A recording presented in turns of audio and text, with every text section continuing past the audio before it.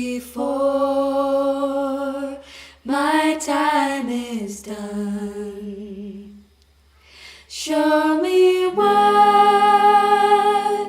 I knew so well.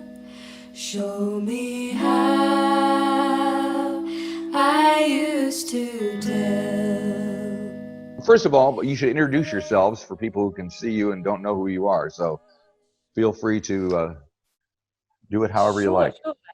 Sure. My name is Rose. That's who I am. Yes. I'm Anna. And I'm Deanne. Very good. Now you have to speak up. We are Ida Lune. Yes, you are. So, we'll start with the name. Is it moon related? Yeah, Lune, totally. We just thought it was a really beautiful word, a word that we really liked. And Ida obviously is a name. I think for me, I think of like Ida as like the three of us when we're singing together. Mm-hmm. Right. I don't know about you guys, but that's what I associate it with for sure. Naming the band was a long process, and we went through a couple before we landed on Ida Lune, and importantly, it was like phonetically, it felt right to us. It sounds beautiful. The relation with Lune to moon in French is, I can remember one rehearsal that we had in Karaka Bay when we were, I think that's when we actually named us. And the moon was shining on the ocean, and it felt like it was right. And in terms of, we wanted to have some sort of female twist to it, or something that if somebody heard it, they would think of some female connotation. And so we thought actually just choosing a name, and Ida just felt like a strong woman's name, and it seemed to flow on nicely to Lune. So that's how we got there. Yeah, we got there in the end. Very good, very good. Now, two of you have worked together in the past in a previous act called Dawn Diver, but the three of you together, this is, I assume, the first time. So how did this all come together? Yeah, we were actually all together as a band before any of our other musical projects, which Deanne and I sing in Dawn Diver. But we all came together to sing backing vocals for another band called Fuyuko's Fables a while back, and we kind of started singing together from that, and very quickly realized that we love singing together and wanted to write music together. So it happened very easily and very naturally from doing those backing vocals. We were like, why don't we do this all the time? And why don't we write our music? Yeah. Well, I was watching a video of, I think, of the song The Well, where the three of you were just kind of sitting around singing to each other. Is that how you do it? Totally. Yeah, that's exactly how we do it. Yeah. That video we in terms of the seating arrangement and the camera angles and everything, it was, we just want this to feel like how we are when we're rehearsing, and we like to sit close as close as we can and facing each other, so it's actually quite intimate. And we're lucky that we each have instruments that we can, we don't have a big drum kit or anything that's taking up space, so we can, that way our voices can blend better together, and it's just easier to communicate musically when you're Speaking of communicating musically, how do you work out how those voices are going to blend? Is it a very kind of worked out thing in advance, or do you kind of do it by feel? I think it's sort of both. I think from singing together, you figure out when you want to blend, or if you want to focus in on details, whether it's a vowel sound or not, or if that's something particular song where it's not important and you can do what you want. I don't think there's kind of one way to approach it. We all have quite unique voices, but because we've been singing together for so long, we do know that feeling or sound when we want to sound like one voice, and we're like really conscious about that decision when we're like, okay, we're singing in unison, we want to sound like one voice. So I think there's lots of little decisions that we make about how we want to sound and what we want to do with our voices, for sure. And it also it will often grow with time for a particular song. Like it might be, we might change the arrangement slightly, or we might sort of feel like, actually this bit we need to be like screeching this bit. Let's be aggressive. Yeah, but depending on how a song fits with us, it can also change over time. Yeah. Right. And the voice yeah. is the main instrument for us. So yeah. And I would imagine possibly the instrumentation, the fact that you guys are playing instruments gets overlooked because of the vocal is so kind of amazing. So do you have to, how do you feel about that? I feel very comfortable when you say that, because I like any excuse to sort of play down the instrumentation aspect of it. For me, playing mandolin came after, like, we started singing together, and then they both had instruments, and I felt like I need to up my game. So I brought along Dad's mandolin. I've never given it back. But so I've always felt much more confident vocally than instrumentally. Gotcha. And yeah, so for me, that's totally feel great with you saying it. and I think generally, that instrumentation is something that has grown over time. Like, we've started to add different elements in, like we have a little synth, an OP1 synth that we've added in there to kind of build the parts. Right. It is totally something that comes with our songwriting. Yes, we are vocalists, and that is at the forefront of what we're doing, but our arrangements include banjo, guitar, mandolin, which I think you play beautifully, and it is an important part of it, and we make decisions with that as well, for sure. And there's like cellos and violins and stuff. Do you play those as well, or is that added on? Yeah, we got some lovely people on the record to play some strings for us. Charlie Davenport played the cello, and it was just like a real treat for us, because we've been performing those songs without strings, and just to bring that on board just felt like the icing on the cake for the record. Like the songs made it added another depth. It makes it feel really lush. Right? For sure. And we got got double bass. Yeah, Scott Maynard to do some bow double bass on some of our songs. So we just loved how it turned out, and kind of feel like it's been the missing piece in that arrangement. So right. So do you plan on, when you perform in front of people, are you going to add that to your your act? Definitely. I mean, we don't want to give away too much. Okay. All right. But yes, some big arrangements are on the table for a Wellington show, and for some sort of launch thing at some stage. It's something we'd love to do, for sure. Cool. And speaking of the live show, so what are your shows? I mean, I would imagine people have to be kind of intent and not rattling glasses and whatever they do. Do they behave themselves? We performed in some really interesting scenarios, and for sure it feels easier when people are when they're listening. But we've performed at sort of at galleries, opening nights when people are milling about. We've performed at a graveyard that was eerily silent. We've performed on some stairs, like we performed in this tiny little stairway, and so we were sort of like donk levels. That was kind of like Sound of Music.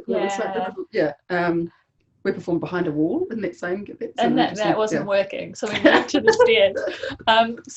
Some really interesting venues, and rowdy bars as well. And rowdy bars as well. That's gonna be fun. I mean, just the practicality of being able to hear ourselves, which is super important with how tight how harmonies have to be. That in itself makes it a lot easier if people are, if the audience is listening. I think we now know how to navigate those different spaces. Like, we're going to sing differently in a rowdy bar to a quiet graveyard. We figured that out. Another highlight was at a music festival when there was a drum and bass stage, like just behind. So we kind of had remixes to all of our songs that suddenly became these like that was a good experience. I see. Now, I think you have a video for the song Apart coming out very soon, which has also kind of drone footage and stuff. Tell me about making that. And loneliness it is, and I soar, I stand apart.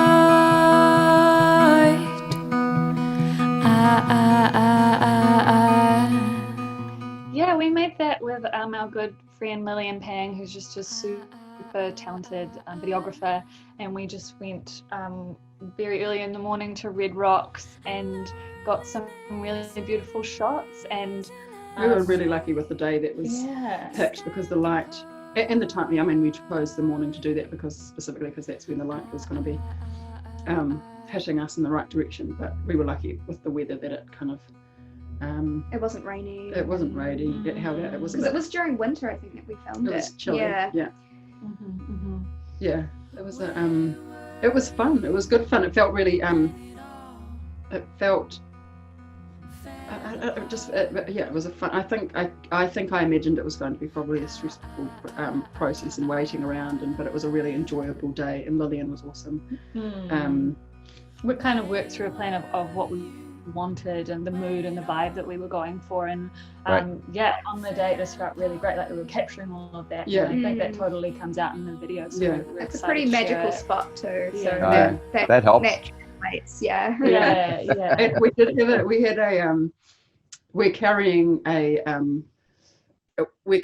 a piece that's like a floral piece, and we had arranged for a friend to to make that for us, and that unfortunately fell through, so we the night before had to do a panic sort of, we had to create this flower installation. The whole video was sort of based around, so there was quite a lot of pressure, but I